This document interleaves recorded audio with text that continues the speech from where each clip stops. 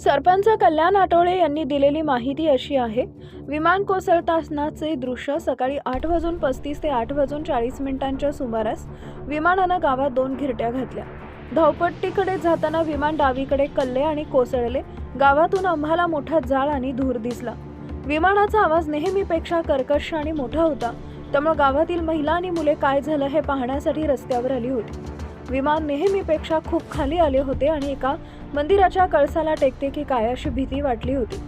सरपंच मोटरसायकलवरून तिथं पोहोचले तेव्हा विमानाचा पुढचा भाग जळत होता. विमानाजवळ एक व्यक्ती निळी पॅन्ट घातलेली पाय बाहेर काढून उतरण्याचा प्रयत्न करताना दिसली. सरपंच विमानाजवळ जात असतानाच एका गावकऱ्यानं ओरडून सांगितलं, सरपंच मागे सरका, स्फोट होईल. ते मागे सरकताच मोठा स्फोट झाला आणि विमानाचे तुकडे 150 ते 200 फूट लांब उडाले. एकूण 2 मोठे आणि काही छोटे छोटे स्फोट झाले. विमानानं अजित पवार येत आहेत हे गावकऱ्यांना माहिती नव्हतं. किरण गुजर तिथं पोहोचले आणि ते रडायला लागले तेव्हा समजलं की हे विमान अजितदादांचं आहे. हे ऐकून गावकरी 10 ते 15 मिनिटं सुन्न झाले होते.